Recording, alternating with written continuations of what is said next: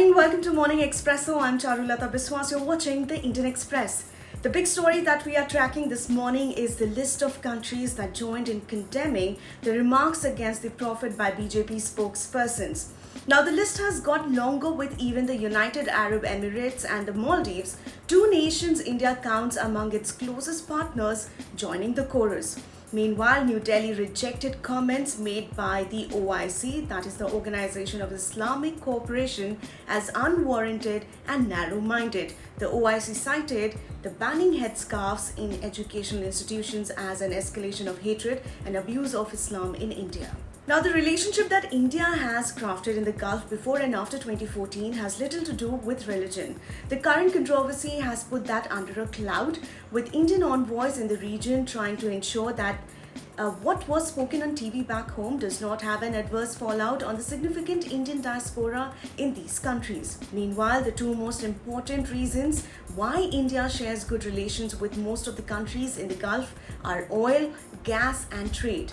India's relations with these countries are also shaped by the huge number of NRIs working there and the remittances they send home. Here are the stories you'll find only in Indian Express. In a wide-ranging interview, former Jammu and Kashmir Chief Minister and National Conference NC leader Omar Abdullah tells the Indian Express that the recent attacks on Kashmiri pundits and outsiders show that Article 370 was not the root cause of terror and violence in the region. In part 4 of the Indian Express series on tracking Class 5A students of the Delhi government's Veer Savarkar Sarvodaya Kanya Vidyalaya, math teacher Neha's intensive catch-up session means there is finally some hope.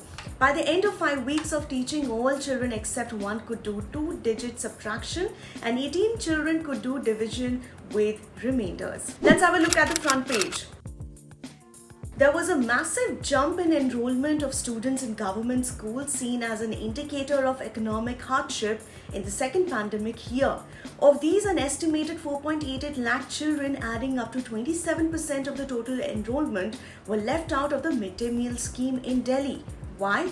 Due to shortage of food grains, according to a union government document. Police data compiled by the Indian Express show that the police have killed or arrested militants or their alleged associates suspected to have been involved in 14 of the 20 cases of targeted attacks in Jammu and Kashmir this year, mostly aimed at minorities, migrants, and security personnel. 6 cases are yet to be solved. A top Indian woman cyclist has accused the national sprint team chief coach R.K. Sharma of inappropriate behavior during a camp in Slovenia in an email to the Sai Sports Authority of India, the Indian Express has learned. Sai said the complainant was immediately brought back to India to ensure her safety. The Sai and the Cycling Federation of India, CFI, have formed 2 separate inquiry committees to look into the allegation. Here are the must-reads.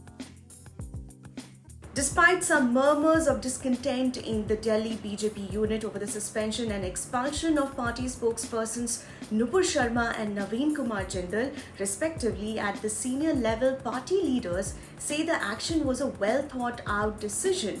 The controversy over her remarks and Jindal's tweets has not only hurt our development agenda but also dented the image of the government and Prime Minister at the international level, a leader said to the Indian Express. And in an opinion column, Vivek Kaju writes on India's attempt to engage with Kabul, the argument that the diplomatic door must be kept open for Pakistan because it is a neighbor while it can be shut on the Taliban is facile because Afghanistan directly impacts Indian security. And in today's Delhi Confidential, the Congress had said that Sonia Gandhi will appear before the ED in a money laundering case when she tested positive for COVID-19.